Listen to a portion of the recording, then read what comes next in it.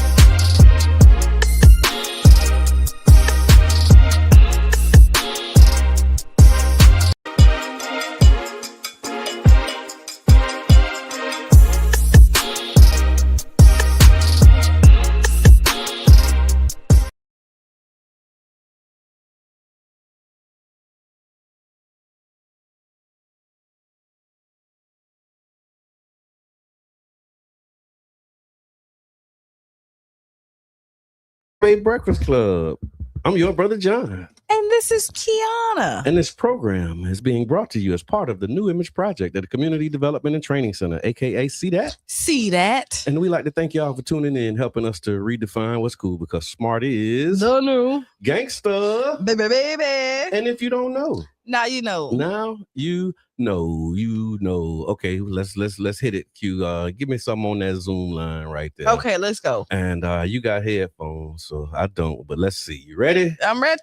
The Tampa Bay Breakfast Club is an independently produced program. Failed to play the clip. The Tampa Bay Breakfast Club is an independently produced program. The views, opinions, and statements expressed by hosts, guests, or callers are their own and do not necessarily reflect the views, positions, or policies of Carrot Festa Radio, 99 Jams, its ownership, management, affiliates, sponsors, or partners. Okay, did y'all hear that? I just want to And make now sure. we can start. Yeah. And now it's official. Yeah. We can start. I heard it a little bit over here. I think I did. So I'm pretty sure our Facebook audience, put it in the chat. Let us know. Did you hear our updated spiffy views expressed? don't call the principal. Don't you dare call the principal. Speaking of calling the principal, Cat Williams and Kevin Hart squashed their beef. Yes. Did you see that? No. Okay. I saw a very brief clip of the moment when it happened, right? But they've had like this long standing. Charlie Funk said he would have did it so we wouldn't have to use AI. Well, Charlie Funk, come on, man, tap in. You know what we need. what we got to do to get on your calendar, Charlie? Because I mean, I know you. He said he loved it though. I appreciate it. I mean, we using all the tools and resources that we have at our disposal. And so definitely, we're just trying to upgrade over here. Let's make it happen. That's all. We're just trying to put out a quality product as we go on our as we head into our 8th year in June of the Tampa Bay Breakfast Club on 99 Jams. So Kevin Hart. I didn't make it that far. Okay, Kevin Hart and Cat Williams. I didn't make it that far. In what way? I started it. It wasn't that entertaining to me. I didn't see the whole thing. I just saw the Facebook clip of the moment when Cat Williams came out and they squashed the beef. And they say Cat was very funny. So I started out. The host was the host was horrible. Okay. I did not. Who was it? I can't tell you. Some white man. I can't tell you. I saw they says it was some white man going around calling people the N-word. He called a wigger. Okay, what they getting us ready for? Oh no! But Cheryl Underwood came in and said, got all that together, cleared it and said and I have the clip because Sharonda sent it to me this morning. Cheryl, because me and Sharonda was talking about it, right? Okay, and I was like, Usher kicked it off. Usher was funny. Okay, so I liked the Usher part. Then everybody else Put it in the chat, Team Cat or Team Kevin Hart. Let us know who you. Hey, Damien, comedian Damien Davis. And so this roast is 2.5, almost 3 hours long. Some people were saying it wasn't that good from what I saw. That's why I told you I didn't finish. I didn't make it. I was like, you know what? I'm finna go to something else. I got it. This my scroll allocation for the day. For 3 hours. It was that long? It's 2 hours and 51 minutes, 2 hours and 30 some minutes. Of people roasting Kevin Hart? They're roasting Kevin and people in the audience. So just anybody can get it. Yeah, so Tom Brady roast, you have somebody up there, they do their thing. And Tom Brady came out. Okay. There were some other people. This probably like Damien. Okay. I know. If I'm a gambling woman, I think that's probably somebody. Caller, introduce yourself. You already know. Call ID. We talking about this Cat Williams, Kevin Hart squashing the beef, man. Did you see it? And what were your takeaways? Oh no, that was the big that was big for the night. I liked that. It was big, but it was small at the same time due to the size of the two men. But it was big for comedy, man. And I want to just say something about the roast. I know the roast was real. Like a lot of people didn't like the racial jokes and all that. But if anybody knows a roast, it's no holds barred. They would talk about Cheryl Underwood, dead husband, everything. It's no holds barred. And they ask these people and let them know that these are the jokes they're gonna be saying when they get up there. And it's a roast. They gotta approve it. It's like it's no holds barred. Is it gonna be off the chain and raunchy? That's what it's supposed to be. That's the whole thing about a roast. So when you go up to the roast, you gotta have that open mind. If you watching the roast, you gotta have that open mind. You know what I'm saying? And I can't go against it because I know what's come with a roast. There's no holds barred. They don't care. They're gonna talk about your mama. They're gonna talk about whoever. So yeah, they do. Understood. It ain't gonna write it. So if you know anything about the roast, it's gonna be something you ain't gonna want to hear. So if you ain't gonna want to hear it, you don't need to watch it. Yeah, right on. Appreciate that. Thank you for calling, comedian Damian Davis. Yeah, no holds barred. All right, y'all do it, y'all too. I love y'all, man. Love you back. Okay, so that wasn't the problem because I'm one of them people. I personally think comedy should hit those things. I'm like the things that make you cringe and you be like, you wouldn't have said that. whatever. Yeah. I just didn't find it that funny. That was it. Yeah. I hear that. Because I have like a dark sense of humor. I appreciate you saying about the roast, no holds bar. Because I mean, we used to crack, on each other. I guess that's what you would call a roast now, but we just call it cracking. You know what I mean? And and it was no holds barred. And if you could hold your own, you can hold your own. And if you can't, you gonna crack, go home, or somebody want to fight. Yeah, because he said like somebody said, I think it was Tom Brady might have said, "Hey, call, is this name you again? Go ahead, say what you got to say." Oh, hey, Zay. I got my own room. You got your own room. That's what I'm talking about. Hey, we had to call you back and tell you that Q, my bad. That's okay. I love it.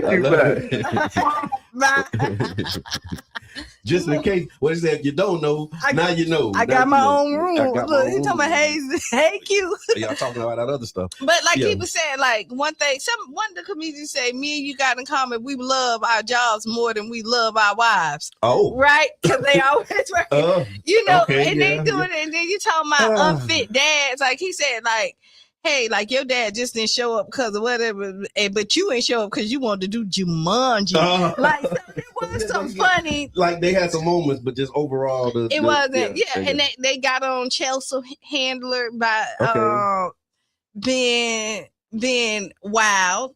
And she was like, "Listen, I'm rich. Yeah, I got money. Yeah, I'm hot. What you think I'm doing?" Okay, talk your talk. So there was some funny parts in that. So you know what I mean. And I think the bigger piece for me was about the squashing of the beef. Yeah. Because of the whole Shannon Sharp interview. Yeah, how Cat just kind of was. Now he's saying, "I told you so" for what he said in the beginning of 2025. Yeah. And so just after the years of tension, the public back and forth, all of the stuff that they've been dealing with, to see two brothers, come in and squash the beat. You know what, man? But people miss all of that. Shake hands and be like, "Yo, we finna move forward." And now there's opportunities, possibly, if they, have alignment. I think they do. You know what I mean? But it's like, okay, now we can actually, let's go ahead and do something together. Let's really get some money together. Let's make some laughs. Let's make put some smiles on people's faces together. Yeah. Like there's opportunity when you squash that beef and you can come together where the opportunities align. And so shout out to them for that part of it. Whether the roast was funny or not, I think the biggest highlight for me, seeing, knowing the kind of that history of back and forth and all of that stuff. It's good to see the brothers settle up. And Cheryl Underwood said, like, this was a good space. Like, she glad that people from different backgrounds, this is a freedom of speech. Yeah. Regardless if you like it or not, basically, she was saying, like, we should be able to get up there and tell our jokes and do that. And Cat Williams, I think he said that, like, he was a plant. I said he was a plant, but you keep on sprouting up. Stuff like that. So yeah, I do want to go back and watch it, finish it. But I did start it. I mean, it's number 1 on Netflix. So regardless, it did Netflix. I didn't know that. Yeah, it did what it needed to do. I'm just thinking, I got 3 hours. No, break it down. Yeah. Eat it in 30-minute segments. Get on the treadmill and watch it while I'm walking or something. Yeah. Yeah, because I'm really trying to be intentional with the way I use my time these days. But definitely, again, shout out to them. Shout out to Kat, Kevin Hart, and all of the people who's in that space, man, where you looking like, you know what, let's settle up, squash it up, and move on. It rained yesterday. We needed that. It did rain. It just reminded me of my yesterday rain story. Yeah. Right?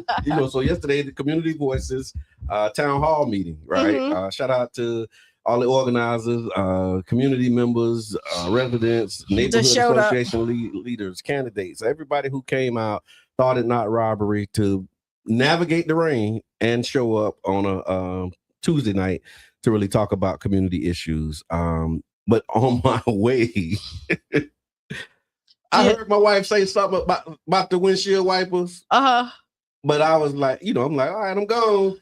And she said something, windshield wipers. Right? We're like, okay. So I get in the truck, windshield wipers going, and then I see like one of the wipers start to separate.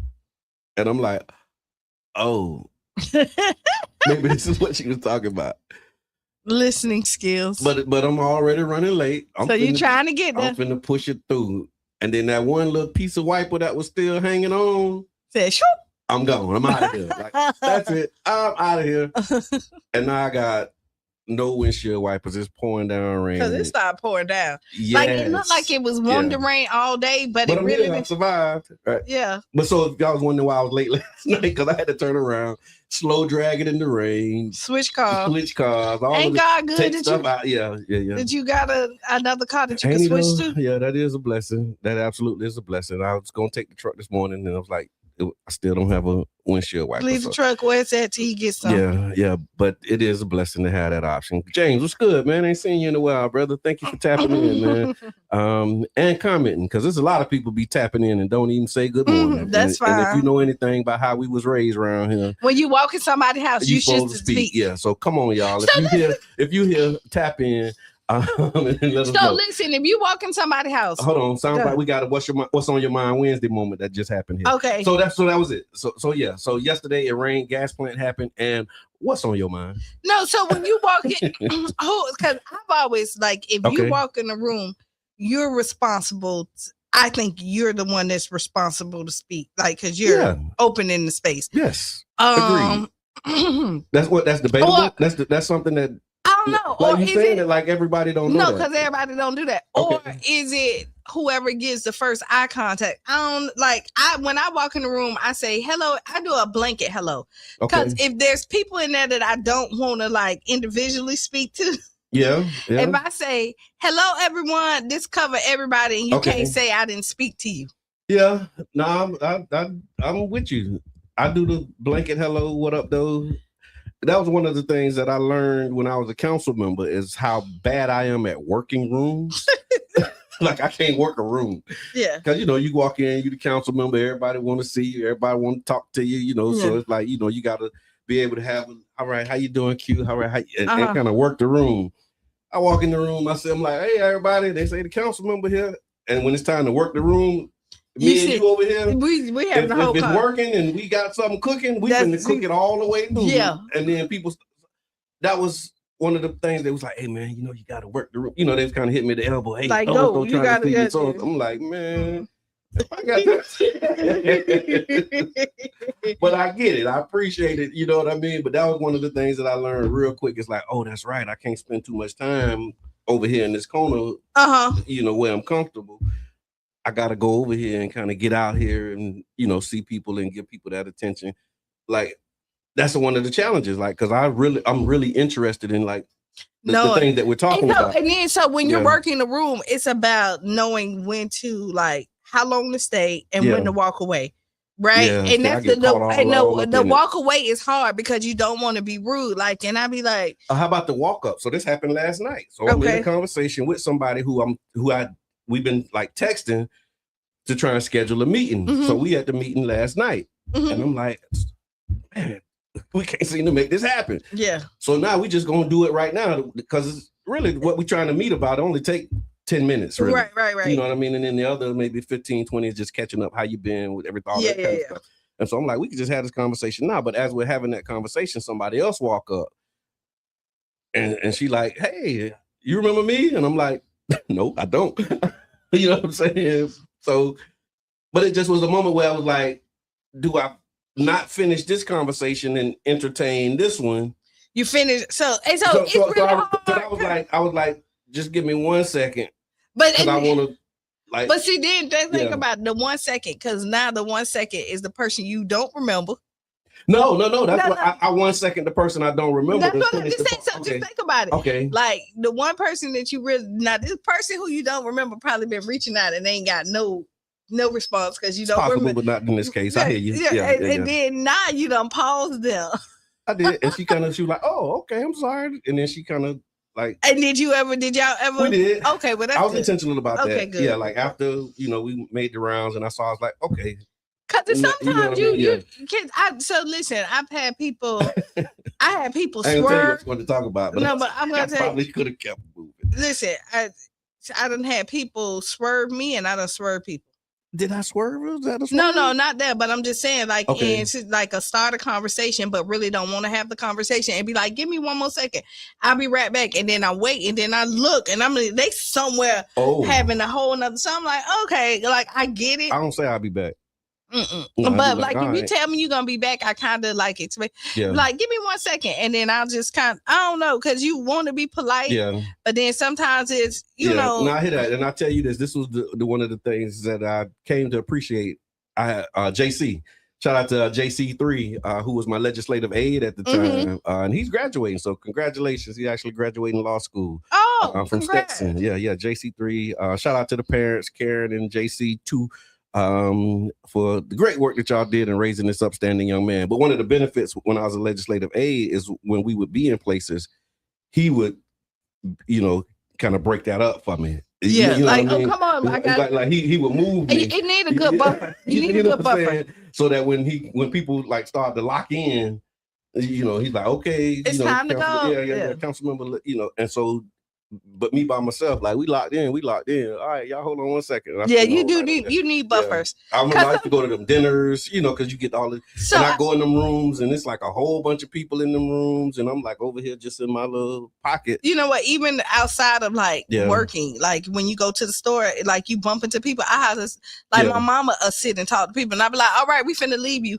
Like I don't do that. I do. Yeah. No, I mean, I don't like in the store, like. It's clear we all here to do something, and standing this aisle holding each other up ain't what we here to do. Yeah, but see, in the store, it's so easy because people, because they don't see you, they want to, same thing, they want to get caught. Oh, girl, how you doing? And then, I hear that. All right, so that's what's on your mind Wednesday. and again, I want to go back to this too. When we talk about what's on your mind Wednesday, again, giving shout outs and kudos to the Community Voices Town Hall. And I want to give y'all some of the takeaways from what happened last night. Again, we talked about those who were present, very great mix, diverse group of people who were in the room. It's the first in a series. And the meeting last night was more like an introduction to a process and like, okay, this is what the intent is. And really just getting alignment on what the intention of the assembly is and what, people who are part of this movement that's being built, how they can show up and how they can contribute. So it's basically an invitation to the work. And so the focus right now is there's a public comment period for the gas plant redevelopment process, if we want to call it that. Because that was another one of the things, like these two parallel processes that's running right now where the city council is pursuing a study and master plan, and then the administration and the mayor is like, y'all plan, we better go forward and just pick a developer by June. That aside, which is in 3 weeks. Yeah, for real.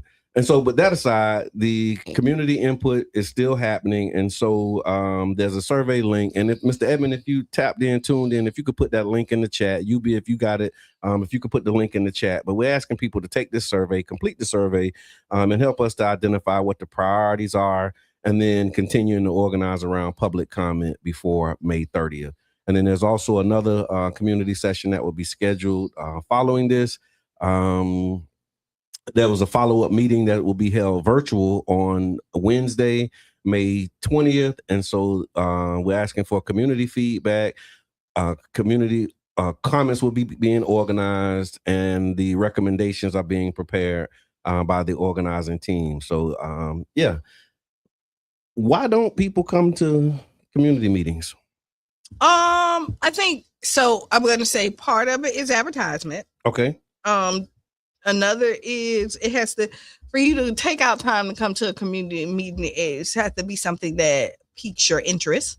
Okay. Because we done seen community meetings where they're overflowing, and then we've seen some that's like crickets, right? Yep. And I really think that you gotta force feed people stuff, unfortunately. Okay. Sometimes the people that's interested show up. Okay. Who's naturally just inquisitive and want to be knowledgeable about stuff. You see the same group of people in there. Yeah. It's like now getting the people who is interested but don't know that they need to be in this room. Okay. Because, you know, we talk about this all the time. Like we don't, and sometimes you just don't go where the people at. Okay. You know, so going where the people are is one of the it's one of the things. And I just want to go back because what I was inspired to say last night during the introduction, it just hit me that there are so many people who would like to go to these meetings. Yeah. But they just can't because of certain realities that they're facing. I won't say they can't. They just haven't figured out how. Or they haven't really like made it a priority, because if you just think about this scenario, you got a single parent. Well, we always use single parents. You got a family, husband, wife, 3 children, right? Both working, children in school. So you have all of your day-to-day community, you know, school, work, cheerleading, football, all of these things that are happening that are competing for your attention, right? Then you see this advertisement that there's a community voices town hall. What does it take for you to say, okay, I'm going to move all of this stuff around, make sure that you go get the children today, call them and tell them I ain't going to make it because I'm actually going to this meeting? Like, what makes a person do that? It has to be a priority. Yeah. And so, like, okay, gas plant district for people at this point is a blah, blah, blah. Like, I think they're interested. Okay. But they and at this point, it's help us out. Give us a call, y'all. What's on your mind Wednesday? Let us know. I'm gonna do what I want to do anyway. Yeah. Kind of in the gas plant. So is that apathy where people feel like there's nothing that can be done? At this point, I do think, because you look at the original gas plant deal, the people were saying no for the majority part of, and they went for it. Yeah. Right. Then it ended, and now the people were saying pause, and the administration saying we're still going for it. So you're looking at the people who did go and take time out of their busy schedule. Like yesterday, like I personally wasn't there, right? Yeah. But like on Tuesday, and it's stuff that. And usually, because it was like I'm sure there was a like if you could have been there, you would have been there. I would have been there, but I already had a schedule at 6:30 that I couldn't. That like I personally couldn't change unless I would have got somebody else to do it for me. And here's the thing that I'm sensitive to now. The more that I'm hearing this, because people really going through stuff, right? Yeah. And when I'm in these spaces, there's an element in the room that says, well, you know, see, that's the problem. You know, they can go to the but they can't come to this meeting. But so they just assume that, like, okay, like just because the room isn't full, that people don't care. But you got people that care. But like, I just don't care enough to change my whole life to come and sit with y'all for 2 hours to talk about something that has already been decided in my mind. Like, that's a real thing. And those are real people. And then the time that you do it, like, I mean, 6:30 is 6 o'clock is, you know, reasonable when you're thinking people. But I mean, we've been doing it for years, and so we know that's kind of the sweet spot. You got to feed people because they're coming from work. Like, all the things are done, but you also like you feed me, but now I have my kids that I got to feed. Like, so maybe I go home and do all this stuff. But I really think that once you initiate and get the initial spark for something, people want to see results from it and see what, and when you go to enough meetings and nothing comes out of it, you be like, call me when we ready to execute. I'm not doing. So there's a lot of different things. Another thing too, you go to these meetings and as they're talking, it sounds like Charlie Brown teacher, like want, because they may be using jargon, they may be using terms that the organizers think that everybody knows and everybody understands. And so that's why I've been posting, you know, yesterday I was posting like, what is austerity? Because we in the room and we saying, okay, and the city's budget is tight. And so they may be doing some austerity measures. I don't know what austerity measures is. Right. And then he said, we got a problem. We got to push back against this gerrymandering. And it's like, I don't know what gerrymandering is. And that doesn't make you like not it's smart. like I'm trying to be engaged, but y'all talking in a language that I really don't understand. Right. And then or something that's not used in my everyday language. So then maybe I do need to like look it up, see something else. But it's 8 o'clock. Yeah, because I want to tell you, I got a whole nother thing about. So y'all remind me to talk about the CRA survey that we're doing, because I got some insights from when we did that as well. And so it is 8 o'clock. We do have to take a break. So we want to let y'all know also we have a powerful show lined up this morning from the future of the gas plant redevelopment. We'll continue to talk about that. The city's budget crunch. There's some environmental health concerns, the justice system. And also we're spending some time discussing this reggae culture and legacy with Dr. Ephraim Martin and Mr. Ryan Bailey, who will be joining us this morning on the Tampa Bay Breakfast Club. So we got a power-packed next hour. So if y'all can hang in there for 6 minutes, do so. Tag a friend, tell a friend, and we'll be right. We'll be back. Bye. Hours GMT. Welcome to the newsroom. Coming up, a superpower summit's beginning in Beijing as Donald Trump touches down in China's.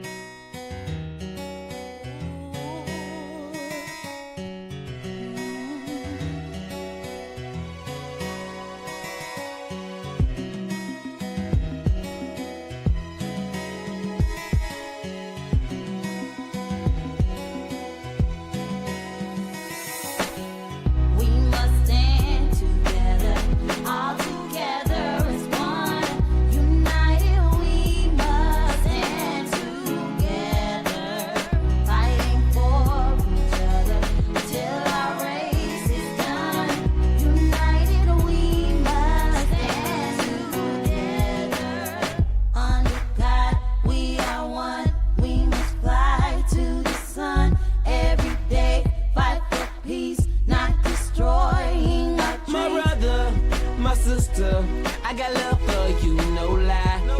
I give my best, I try.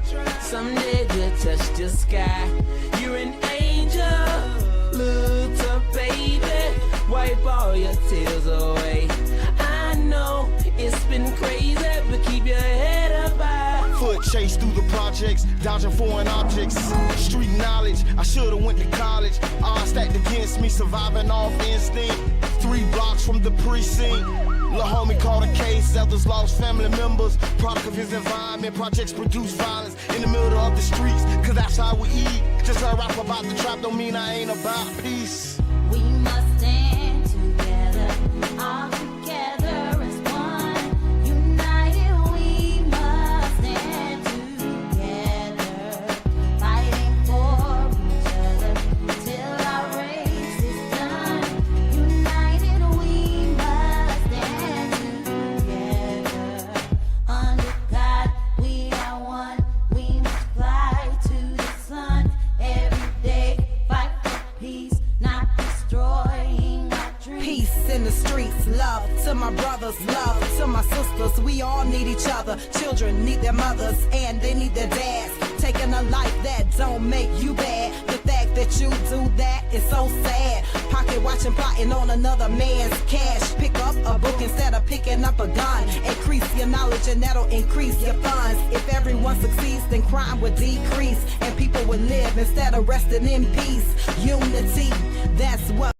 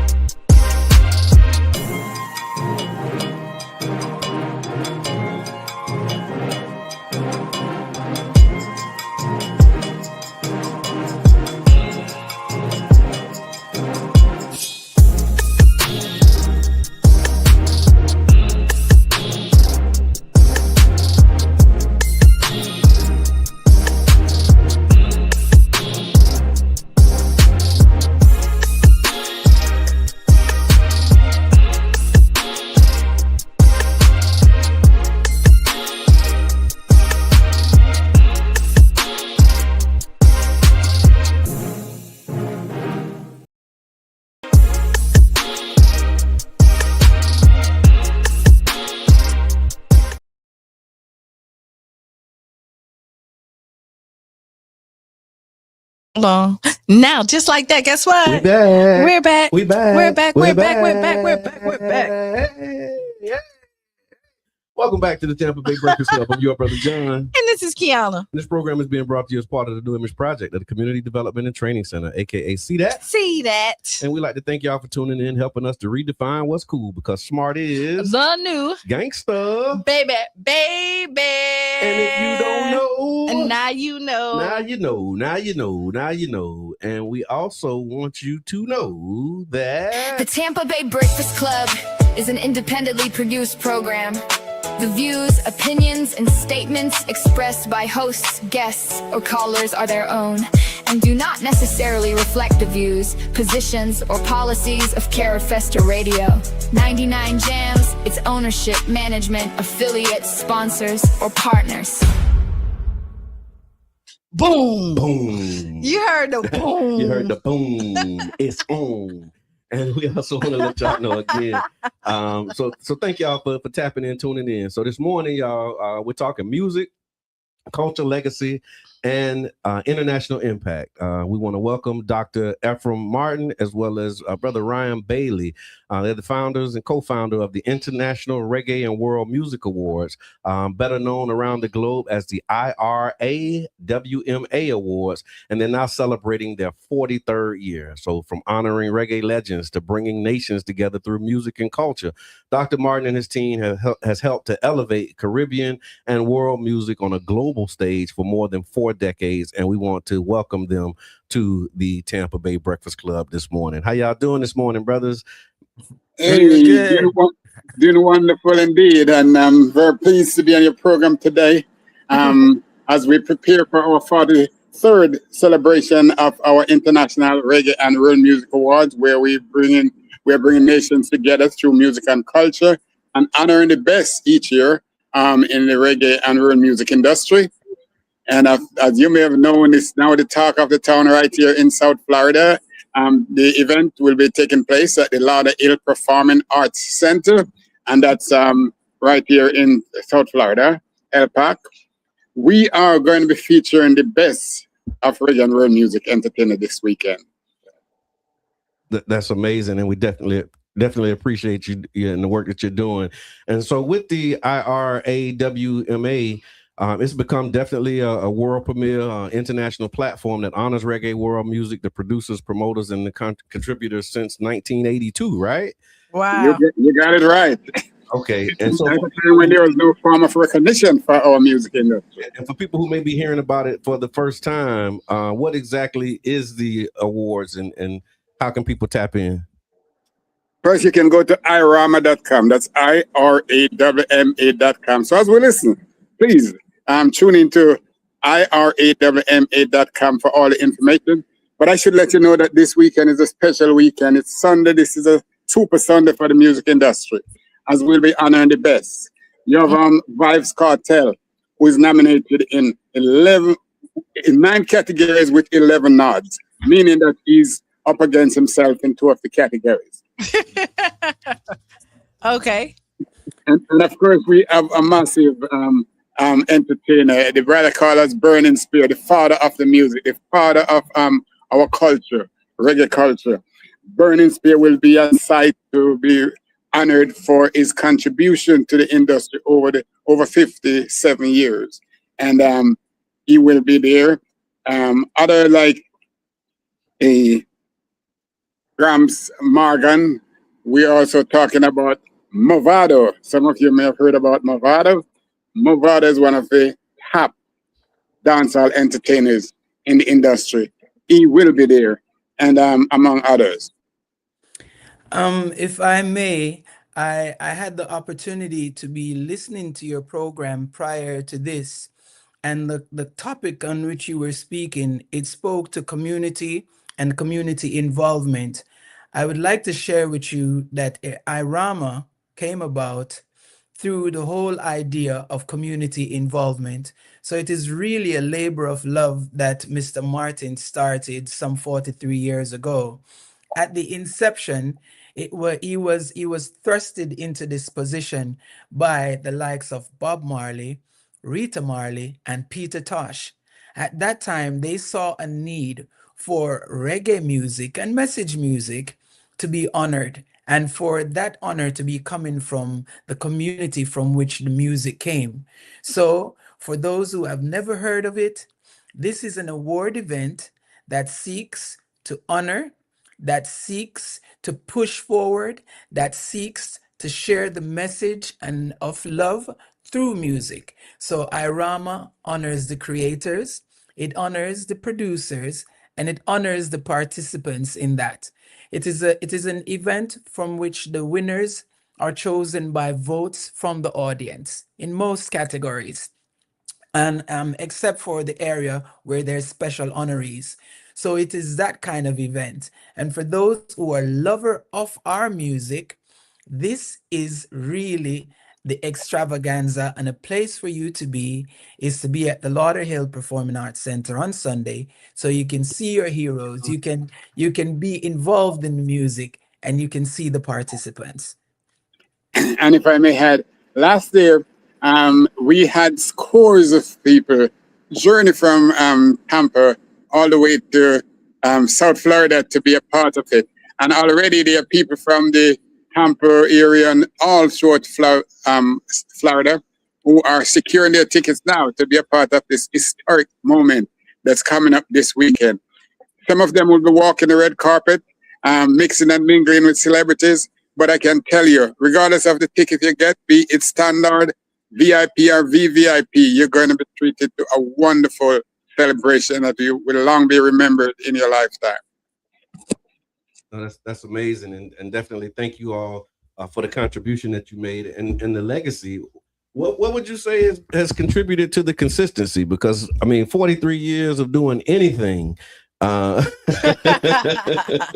be a struggle and a challenge, and I'm sure you've had, your highs, your lows, your ups and downs. So what is, would you say, to the consistency and just allowing you to exist and do this for the last 4 decades?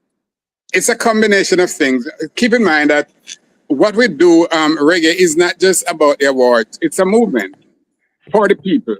It's a movement for Africa. It's a movement for the Caribbean. It's a movement for working class people and struggling people all around the world. When we started in those days, there was a time when the music was the sounds that people would turn to when they're in trouble, when they feel like they have been let down by government and others. When apartheid was at peak in South Africa, that's when we really got started to with the fight to free Nelson Mandela, for freedom and democracy in the world, for an end to apartheid. And with the music, because in those days, most of the music that were coming out of Jamaica was all about the message, and Burning Spear, people like Burning Spear, Bob Marley, just to name a few. They were the ones. So this weekend, when Burning Spear will be honored, it's going to be awesome. And what kept us going, there was always struggle. There was always things of concern in the social justice movement. And that's what kept us along the way. We traveled from city to city protesting apartheid and for the freedom of Nelson Mandela in the earlier time. And after his freedom, we continue to work for the people and for the industry. We just couldn't step away knowing that there was no other form of recognition for the industry. So we kept it going so that each year the reggae and world music community can say, well, we have something for us. It's not all about the Grammy. We may not have Grammy, but yes, get a Grammy, but we can get an IRAMA. So in the earlier days when we started, there was no category for Grammy. For reggae in the Grammy Awards. But we fought in 1974, between 1973 and 1975, we fought for proper recognition in the Grammy, or for recognition in the Grammy. And we saw that happen. So it's a lot of things that kept us going over the years. And the movement will continue. Even when we're gone, it will be there going, because the young people of today will make sure that IRAMA stays strong and continue to celebrate our music, arts, and culture. Bless up. Mr. Bailey, reflections, man, on these last few years. What was some highlights? The last few years have been extremely exciting because we had the opportunity to honor Spice. I'm sure that some of your listeners would have seen her on Love and Hip Hop. Mm-hmm. We find her to be a very hardworking person, and as a mother, she's also championed the cause for that. So it's not only what she's doing on stage, but it's also what she's doing outside of that. We've also honored Buju Banton.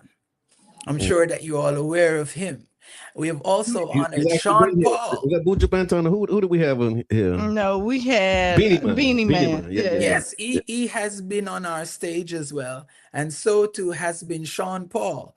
So all of those who have broken broken into the mainstream, they would have had their first real appearance at an award gala and on our stage, and we're very proud of that. So what is going to happen this Sunday is that we have Movado, who will be honored. We have one of the stalwarts in our industry, who's Burning Spear. He will be honored. We have Gramps Morgan, who will be, I'm sure that you're familiar with him. He's from the Morgan Heritage Group. And he's, not only will he be present, but he's also going to be singing live on stage. So the reflection that we have is that though there has been trying times, and as you know, it is extremely difficult, challenging to get the kind of resources in order to put together an event of this magnitude. As Mr. Martin said, we're pushing through and we will be here, and it's going to be a great event. I hope that the listeners to the Breakfast Club of Tampa would make themselves available, will come and celebrate with us. And I hope that you and your co-host will be present. I'm not sure if you've ever been, but if you haven't, this is our invitation for you to take the trip to come on down. Thank you so much for that invitation. And again, for those who are just tuning in, we're here talking with the founders of Iroma. And we have Mr. Bailey as well as Dr. Martin, and they are talking about the history. It's the 43rd year of the Iroma event, and it's May 17th. There's a red carpet that starts at 6 p.m. There's international artists, fans. It's a celebration of reggae, dancehall, Afrobeat, world music, and Caribbean culture. And the tickets, where can people get tickets if they wanted to tap in? Yes, they can go to irama.com. That's www.irawma.com and just click on tickets. You will get there are few tickets still available, I know for sure, for the VIP. The VVIP, we're running short on VVIP tickets. General tickets, there are some still available, but I'm sure they will be gone soon. So I would suggest you go right now as we speak. Visit Irama, IRAWMA.com, and get your ticket. It's reggae's biggest event for honoring our people. So you don't want to miss it.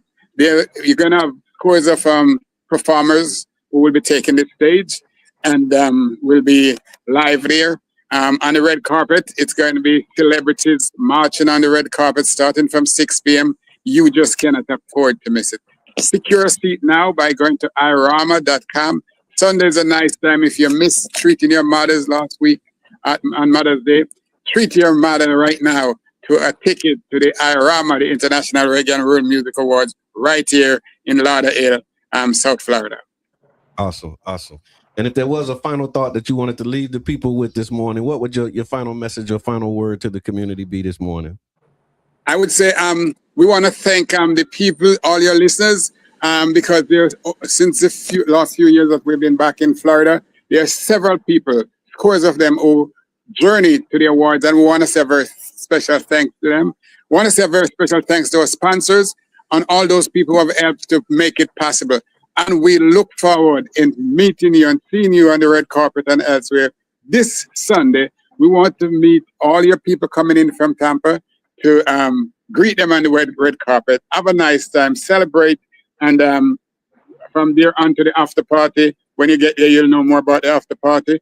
But we want to say thanks to everyone over the last 40 years who have been helping and supporting us. There will also be a contest for the best Irama song, and we have 4 contestants there. When you go online, irama.com, you can listen to the 4 songs. They're powerful songs, and you can select who you think should walk away with the IRAMA Best Song for 2026. Amen. Mr. Bailey, was it something that he forgot?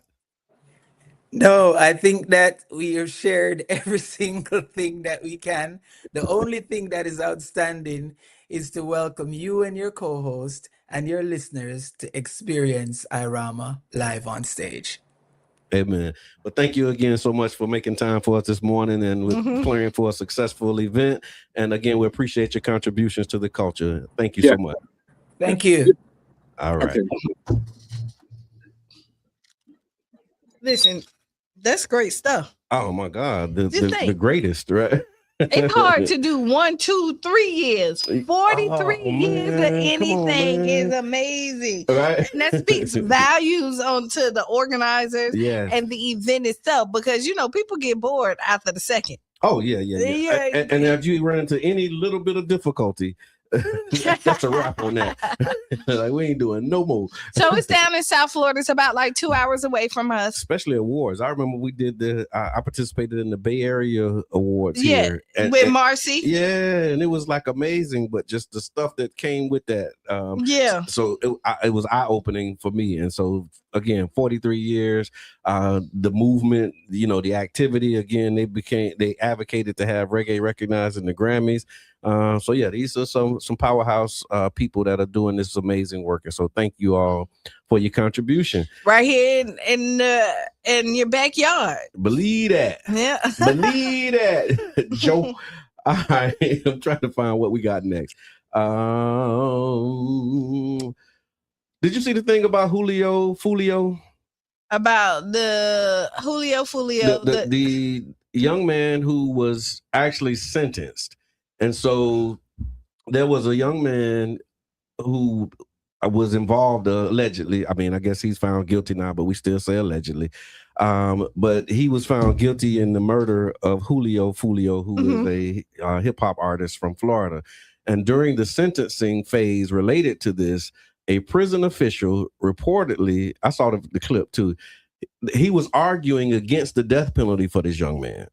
Yeah. And the reason that he said that he shouldn't get the death penalty is because he was healthy, he was strong, and he could provide the prison with years of labor and sweat equity. And so it's really been, how can I say it? I don't even know where to go with this one. It's been eye-opening, I would say, for some people at how bold, he was in his statement. Because a lot of us, we knew that's been the game for the longest.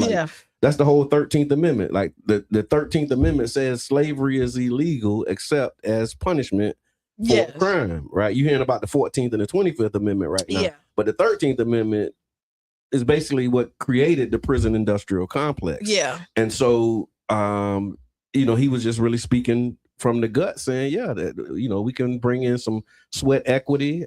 We need the labor. He also said that one of the reasons they need the labor is because they have an aging prison population. People aging out. That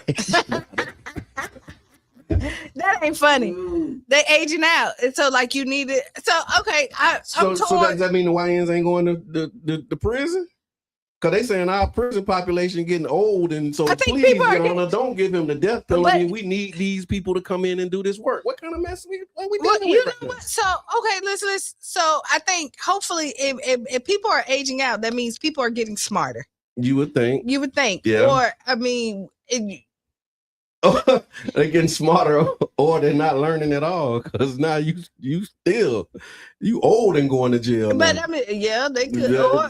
That might mean something. So I'm torn against. You got old people going to jail now. Boy, that ain't telling you how tough it is out here. So I'm torn against this death penalty and working now. So if you take somebody's life, I think you should be responsible in replacing what they were, or replacing their contribute to society.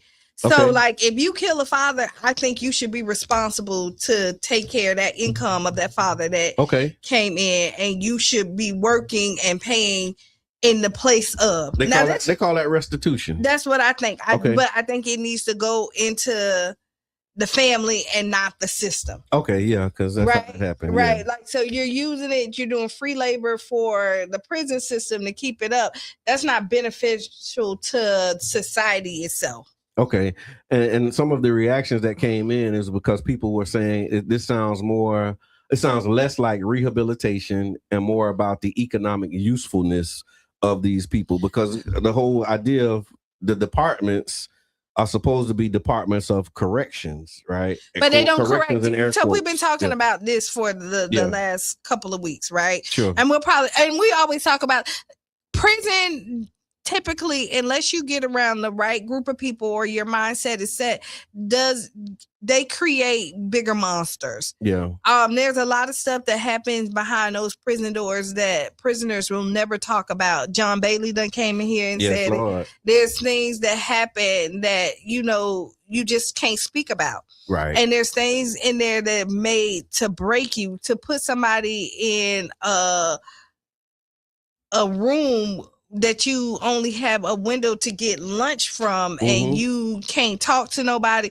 Mentally, that steers you crazy. Even if you make it through and mentally you be like, I'm gonna do it, when you come out, there's something that's taken from you. Oh yeah, it's trauma for sure. Right. Yeah. And so that nothing about the prison system at this point is necessarily. Yeah.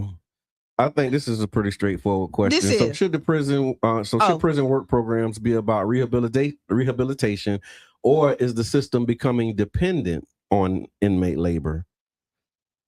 I think it should be about rehabilitation. What's the products that are put out by prisons? But somebody help us with that. Put it in chat. What products do prisons produce? Because if you're saying we need labor, what do you need them to do? I remember they used to talk about license plates. I remember somebody was saying while they was in prison, they made chairs, they were making furniture. And so I'm just wondering, like, you get some skills once you how much of the stuff that we use every day was made by somebody in prison? I'm trying to figure that out. Like, we gotta really look that up. Like, what they doing? Like, what is the labor that this warden of this prison is finding a shortage of, that people need to be like, no, don't give him the death penalty because we need him to come work. Where do you need him to come work at?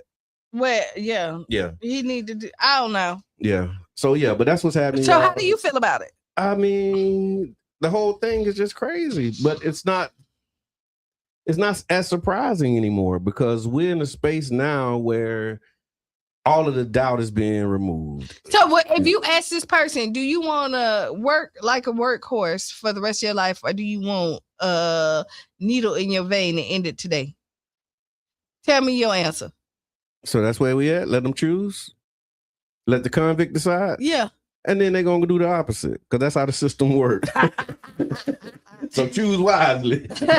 I want to live, Judge. Okay, death it is. Right? I want to die. Work it is. Work to death. Like, because this warped idea that punishment is justice. And punishment, and you should. So you need consequences for your actions. Absolutely. But it needs to be justifiable. Now, in this situation where Julio crazy, he did take a life. They came in, they came, found, did all this other stuff. Whatever happens, like oh yeah, your choices got you here, young man. So you got to own that. You took a life. Personal responsibility. Yeah. So I'm not all those things. Yes. I also saw a clip, not a clip, but it was like a meme that was saying that this young man, because I guess that clip of the warden is going viral. Somebody said that this guy was also raised like in the suburbs, and he wasn't really he didn't come up from what we would consider the struggle. And so for all intents and purposes, he really he had other opportunities to not be in that situation. Usually that's how it is. Yeah. A lot of, not usually, but there are situations you'll see, like let's take the blackness out. We'll see white kids who have all the money and selling all the drugs and have no reason, like they don't need the money. They don't need the money. They just want it to be cool. They want to be in the in crowd, and then they get passes, because they don't want to ruin their lives because their parents are senators or doctors or whoever the case may be. But then you you'll have the black guy or the black family or just somebody that a minority. Let's take black out of a minority who is struggling. Parents are struggling to pay the bills, and now he's out there trying to make sure that he's helping his parents to provide, and you give him life. And there's a reason why he out there. Like he's fighting. It's survival. He's fighting day to day to just make it ends meet and just trying to make a better life for him and his siblings or her and her siblings. And then you have somebody over here that just want to do it for the thrill, and you give the thrill a pass, but not the struggling person that's trying to get out. Yeah. No, that's interesting. What you just said kind of reminded me of something that I saw where they were talking about like criminals like Joe Kennedy, who was like a known criminal bootlegger, all of the things, but then his sons became, president, senators and all of this stuff. But when black people are working to try and put their children in those type of situations, using that same lifestyle, same logic, like we grinding because we trying to build a better life and future, like we don't always have the benefit of being able to leave a legacy for our children. Like what famous, gangster, I mean, maybe Big Meech, his son is doing all right. Is he? I mean, he on TV, but not no more. Well, but the point is, there's a bunch of people who don't have those types of opportunities that you see other people have. And usually the people who don't get the opportunities are black people. I'm just saying that. You said Jay-Z. Okay. But Jay-Z, he was in the game, but like we're talking about he did the same. We're not gonna just credit him. But it's a few and far between when you look at people who is trying to live the legacy. We just seen it right here. Mike with Crabs. Okay. 30, he been here for 30 years. Right? Minding his darn business. Literally. Yeah. Him and his wife. Minding his business, Like minding his cooking crabs, flinging crabs, giving you potatoes and all this other stuff. Sure. And all of a sudden, 30 years later, you come and say he has a drug charge. Yeah. Ooh. I don't know enough about it to comment. I don't know. That's all I know. But I don't know. But I still think like that at this point. Like if you didn't catch me then, right? That's the limitations. That's what you're talking about right now. If you didn't catch me then, 30 years ago for a drug charge, right? And I'm not selling drugs no more. I'm pushing crabs by the. Now it makes sense because he always accepted cash only. Don't do that. Because black folks will do that. You know what?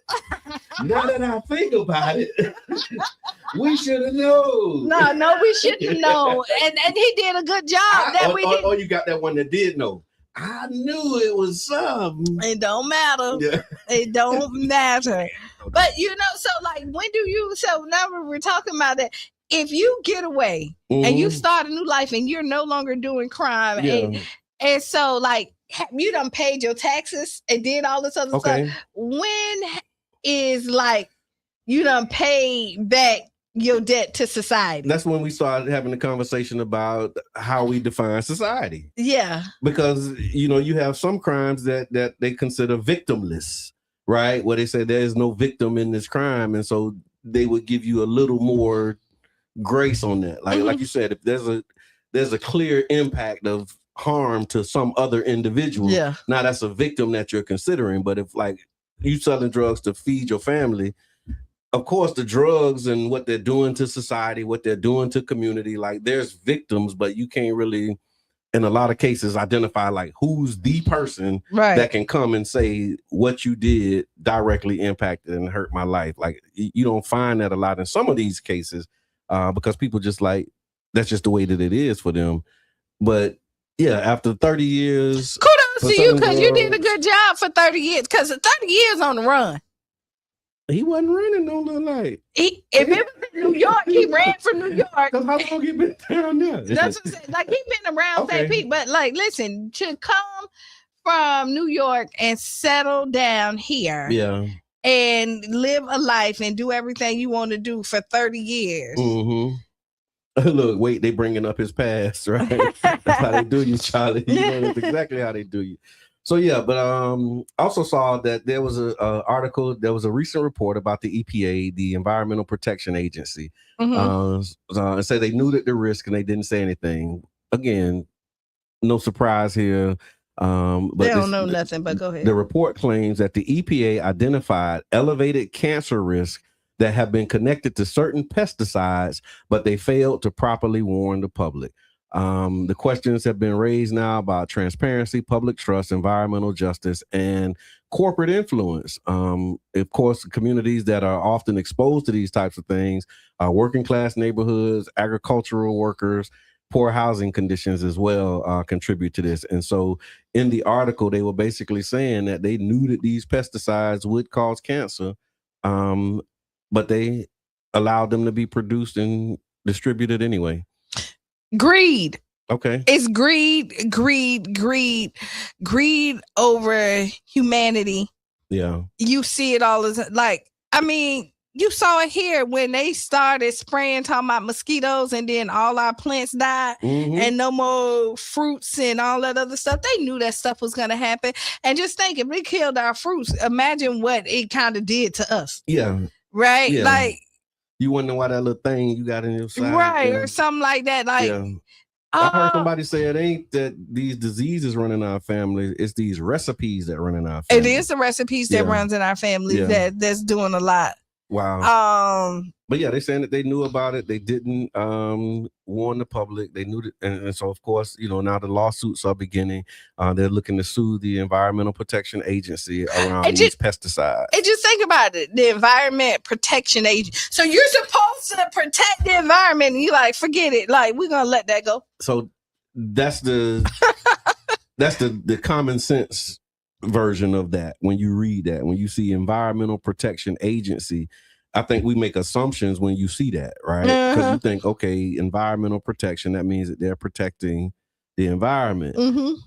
Could it be that they're not protecting the environment, they're protecting the investments of the investors who make investments in and around and through the environment, because they clearly not protecting the people. I think two things can be true at the same time, and I'm realizing more so than none.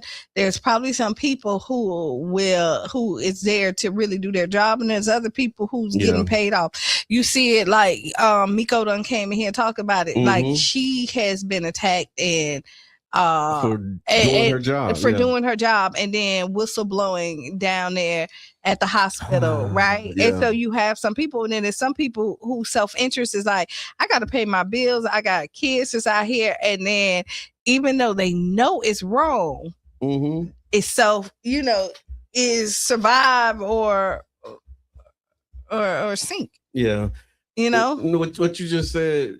You said there are people there who are there actually doing their job, right? And then, of course, you run into systems and processes that prevent you from doing that. But what you reminded me of was a conversation that we had a while back with Mr. Edmond. Is like, it seems like the people who go to work and do their job and do it above and beyond, in air quotes, you always find yourself in some trouble. Because sometimes you do too much. So it's a thing. No. Listen, I done been. I'm speaking for myself. I did a good job, and it wasn't too much, and I stayed in trouble. And all I was doing was my job. They asked me to do it. Now, how I did it, they had a problem with how I did it. And that's what we used to argue about. Yeah. Because I don't care how you see. I'm one of them people. I don't care how you get it done. Get it done. I like working for people like you. Your process is your process. I love people like you. We'll tell you. Yeah. If it fumbles. somewhere. Okay. And I know now That's I fair. gotta go in there That's fair. and tell you what to do. Like I tell Totally people all the accept time. that responsibility. Like I don't micromanage. That's why I'm here. I ain't here to fail, but I got a way that I think we can get this done. And if you get it, if you execute it, woohoo, Yeah. to you, we're good. I tell people I don't micromanage you. Right. If I'm micromanaging you, that means somebody micromanaging me, and I'm not gonna be the only one uncomfortable here. Okay, like comfortability is important. So if you want to be comfortable, do your job, and I'm not gonna like deliver the product. Deliver the product. I don't care what you can rumple steel skin. Okay. do whatever. I don't care. I'll reel it back and say within boundaries. There are some boundaries and some guidelines, but for the most part, just produce the product and you good. Right. But then there's others who like that's not enough. Like they want you to do it their way, walk it through their system, their process, and like those have been that management style doesn't work. I worked with that management style necessarily doesn't feel good to me. I can work in it. Cause I'll do what you like, you know what? Yeah. I'll do how you want me to say. I think it's stupid. Now you probably gonna hit my mouth, right?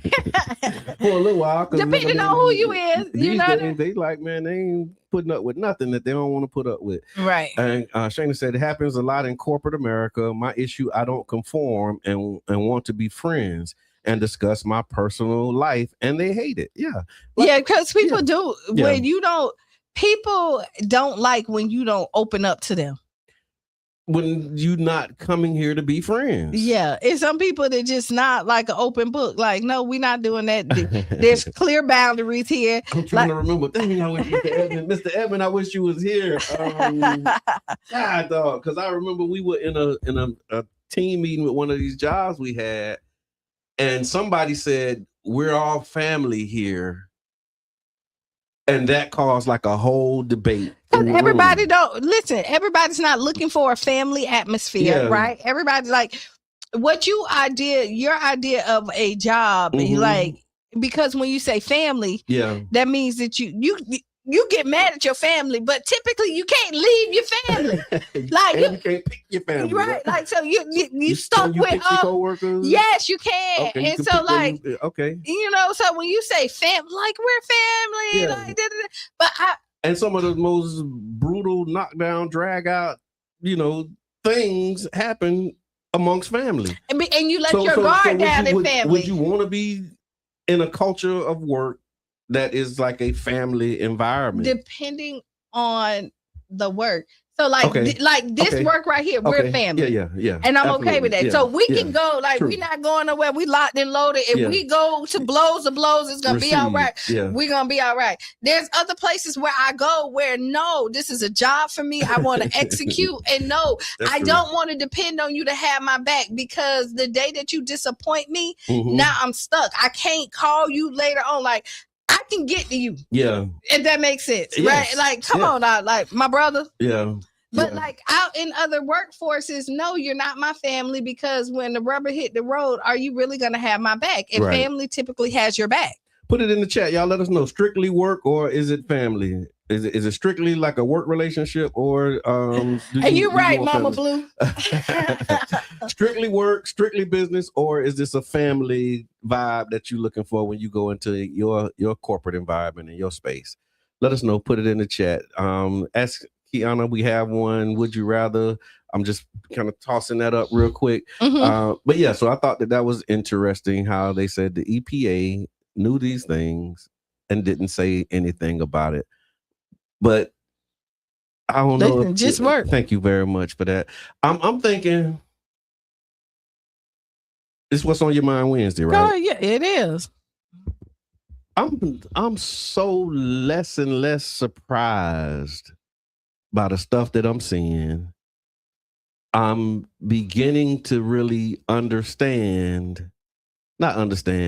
an appreciation for the Black revolutionaries and leaders who came before us and what their experiences have been, right? After doing this work, like really serving our community, you know, advocating, pushing systems change, developing strategy, serving on council, like all of this stuff that God has blessed me to do in my life.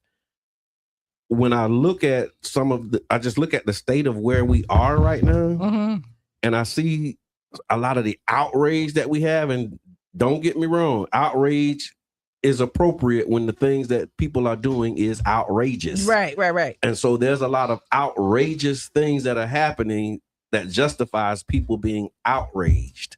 But I just haven't been able to like get outraged about any of this stuff, because it's like, this is what they do. This is what we grew up reading about. We experienced it. Like, you got your dealing with white folk stories. You got the system. You want me to tell you what my brother situations. And so like, why are we just so like confused right now about what's it's, happening. You want me to tell you? It's age.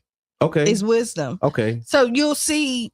So the young people are outraged. Yeah, you'll see them. Okay. We were the young people that went Okay. to college. Said, "Oh no, we're gonna change."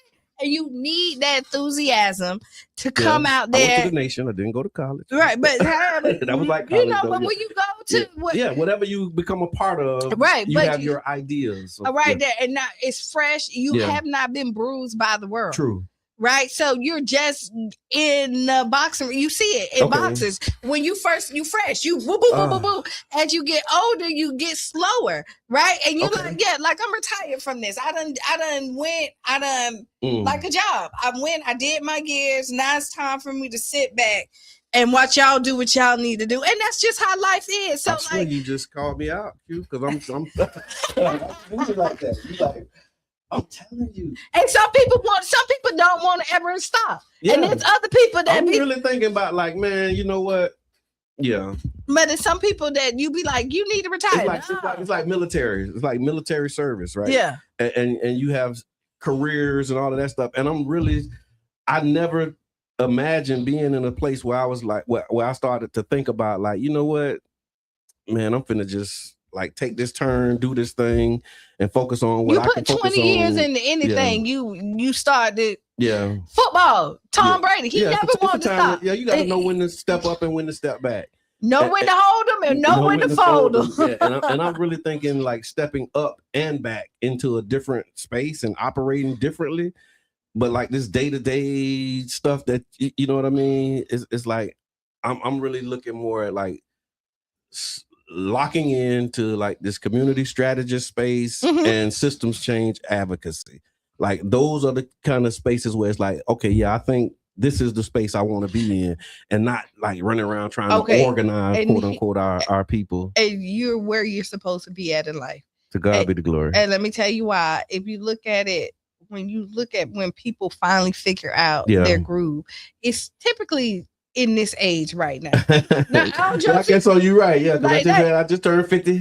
Like you know in somewhere around this age, and you look at the most successful people, like you look at your Steve Harveys, your Oprah Winfrey's. Yeah, they found their groove later on. Like like you saw them, but by the time they found their groove, they were like in their 40s and 50s. No, I think I had a groove. No, but I'm just saying, like you. I think it's just like, okay. You know, after you hear a song so much, okay, it's like, okay, yeah, I'm ready to change the tempo, change the beats per minute. And there you go. Might even change the whole genre. Like, I don't want to hear what my daddy used to call the bumpity bump. I want to hear a little jazz and kind of like you run and you go off in the sunset and you done found. But I still, keep my ear to the, whatever. That's fine. But like if I could choose what's going to be on the radio, I'm playing what I want to play now. Me too, and I still do. And that's a public service announcement from your brother John. How y'all feeling this morning? It's What's on Your Mind Wednesday. Definitely give us a call. Let us know. Put it in the chat. And I did see something in the chat that we can talk about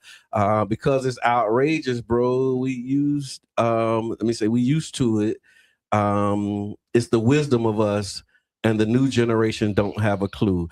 And that's another part of the thing that I think we need to flip the coin on, because somebody gave us a clue. Like we got a clue from somebody. So who's responsible for giving the clues to this generation, because they don't have a clue? But we are their parents. I can say this. We their grandparents. We grandparents now. But like, so at what, like, I was talking to somebody about this, Q. They say kids don't know how to go outside and play, right? So when you put them outside, they don't know how to organize a game of, let's call it kickball or something. But like somebody did that for us. It was some older person who came outside and showed us what to do outside. And then we had an idea what to do. And then we started like figuring out how to do it on our own. And then there was people who came up under us that when they came outside, we showed them what to do outside. So they got a clue, but you get that clue from somebody. So if we're saying that the generation has no clue, then who dropped the ball? It is up to us to get, because we was that generation. We sat down and it's like the people who need to pass the torch won't pass the torch. Oh, you be on the same page. Oh, that we have to pass the baton, not drop it. oh dang! I didn't even know I would. So no, but it's the universe. But I remember us sitting in the SIU building downtown, and we were saying how like the people who need to pass the torch refuse to pass the torch. Yeah. Right, because power. Okay. The need for power and influence is really big, right? And it's a drug within itself when people look up to you and think that you are making stuff happen. Yeah. And a lot of people do not want to give up the throne so easy. You see people who need to just leave it, just let it go. Go out on like your that piece of hair, just cut it off. Just cut it off. Yeah. But no, they holding on. Yeah. And that's just like passing the baton. But if you do it right, and you pass the baton, your legacy lives on. Yeah. I heard Denzel Washington say something one time too about passing the baton, and it actually helped me with this season that I'm in, because he said when you see it, and I used to run track, right? And so he said when you pass the baton, the person passing the baton, you don't stop running when you give them the baton, and also the person who's you're passing it to, they see you coming, and then they start running before they actually get the baton. Right. And then you put the baton in their hand, but you don't stop right away. No, you don't. But what's happening is either the person don't run, you either clash with each other. And so just using that whole baton analogy, I'm going to probably just do like a separate live, because I'm inspired by you and Yubi. But that's just so interesting, because I think it's so much in the experience and the process of passing a baton as somebody who ran track that we can lay over what we're experiencing in our community. And so I might do like a freestyle Friday or something to really explore that. But that's just interesting, because we do need to pass the baton, but when you do it, don't stop running. It's still something for you to do, but now you just know that, because to your point about like people don't want to give it up, you can give it up and still have something to do and have a space for you. It's kind of so just what came to me, like parenting, like I say, like when they're younger, you're kind of the dictator. Right, what I said, kind of. Yeah. So I just just for viewers, I wasn't raised in no democracy. Right, but we ain't both on.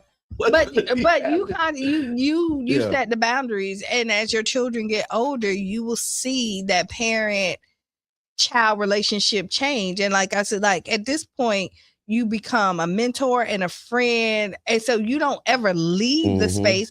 You just change how you operate in it. Yes, thank you. Because that's exactly what's happening, y'all. And it's uncomfortable for the individual, and it's also uncomfortable for people who are used to you operating a certain way in those spaces. And so but the only thing permanent in the universe is change. Nichelle, we had family members who were there. Now family members are not available anymore. Absolutely. Shayna says, blame the internet and social media. It's an illusion versus a delusion. And I received that, Charlie. We're going to make something happen. There was Shayna said she wanted us to talk about the hantavirus in here. Again, we put it out saying, what's on your mind Wednesday, and we actually talked about the hantavirus Monday. On Monday, probably before you hopped on, before you got here. So go back, check out Monday's program. But we'll say this really quick: they playing in our face. The hantavirus, if you want to kind of get it, they say it's from rats, feces, right? Rodent dropping, and they tell you not to sweep it, not to vacuum it. So but disarm it when you're moving. But no, what they really say, spray it down with some bleach, do something, and then clean it up afterwards. Open up windows, make sure that it's not in a closed space. And so in this climate with the hantavirus, put your mask on, get your bleach, clean it out, and call it a day. I'm trying to figure out how they're gonna make hantavirus be the new thing though. Because it don't make no sense. It can't be the new thing. Telling me that hantavirus is connected to rodent droppings, how is this going to become a pandemic without having a bunch of rodents? And I don't know. how the hantavirus is going to be the thing. Be wary if we start seeing a whole bunch of rodents run around. Like if you, so if they come in the middle of the night, more rats than you used to have. Yeah. Like you get one in the winter, and you got to put the trap out and get rid of that one. You got to catch that one. So if you start to catch more than you used to have to catch, we know that it's a setup. They're planning our face, Lord. Stop playing in our face. So invest in bait boxes. Invest. This is not financial advice, but invest in products that help kill rodents, or not even, or invest in. If you already the bait traps, if you super clean person, you know what I mean. Keep your house together. No, I'm talking about just because that's probably what they doing. No, I'm just saying. But usually, like if I bet you Trump probably got a whole bunch of decon stock. Right? Come on. Hantavirus is the thing. I'm finna invest in decon. I'm not doing it. Yeah. I'm not doing it. I'm not either. I'm just it's what's on your mind Wednesday. Yeah. And I don't put nothing past these people. We do have, I think we got to Ask Qiana in the time that we have. Okay, we got 5 minutes. We got Let's 5 minutes to run an Ask Qiana. Turn me up over here. Let's see if this works. Turn me up. Qiana is brought to you by the One Community Grocery Co-op. We're getting closer and closer to our goal of 300 founding member owners and bringing a community-owned grocery store right here to St. Pete. This isn't just about groceries. It's about ownership, access, and investing in ourselves. You can become a founding member owner today at www.ocgc.coop. One Community Grocery Co-op, building something for the community, by the community. Tap in. You hear the people. Okay. I hear the people. So, dear Qiana, I've been in my stepchild's life. We ain't gonna have enough time. I've been in my stepchild's life for 17 years. I was there for school pickups, late night talks, the discipline, the celebrations, all of it. Their biological father was mostly absent the entire time and barely involved. Now, graduation is coming up. Tickets are limited. Out of nowhere, the biological dad has popped back into the picture, and my stepchild asked if I would give up my ticket so he could attend. I'm trying not to take it personally, but honestly, it hurt. I've been there through the real work of raising this child, and now I'm being asked to step aside from someone who disappeared for most of their life. My question is, should I sacrifice my seat to keep the peace and support my stepchild's relationship with their father, or is it fair for me to feel disrespected and pushed aside after all of these years? At what point should loyalty and consistency matter more than biology? Okay, I'm going to say this really quick. I pondered because this has been kind of around and stuff like that. So I kind of pondered. It's graduation season. It is graduation season. Yeah. You can fit all that's one of the things that people don't see that goes into graduation season. This is a real thing. It is a real thing because yes, this is really a real thing. Yeah. True life. I walked through this, not myself, but with somebody else. Seen it happen, right? Seen it happen in real time. Both of those things can be true. Like you can feel disrespected and all of that other stuff. Your feelings can be hurt. Here's a life lesson with parenting. There's disappointments that comes with it. And to be honest, this is when a lot of times real parents make the sacrifice for their children to be happy. You step back when you think that you should be there. And so if you really is the parent, step back. Like unfortunately. Okay. I'm going to say this. Express how you feel though. Okay. Do not express how you feel. Let them know, like, I'm hurt, but I'm going to let you have this. And what's going to happen is that parent that comes in, like, be in standby. Be in standby, because that parent probably not even going to show up. If they ain't showed up for nothing else, they probably not showing up for this one. And the disappointment that's going to happen after this parent who say they want to show up, people are creatures of habit. So if they ain't showed up in 18 years, they're not going to show up for the next 20 unless something else happened in their life. And that child is going to need somebody to fall back on that's going to be consistent and show you this is what parenting is really about. Real deal. And I appreciate how concise you were with that. Tiffany said, I saw a story like this. The stepfather has the right to feel upset. I feel biological should see if they can get a ticket from someone else that may have an extra. Stepdad should be there. I unite with that, Tiffany. I do too. I think you should be there, but you. I think Bio should recognize that too and be like, you know what, bro, you've been here, man. Go ahead. Listen. You asking somebody who operates selfishly to not be selfish. Yeah.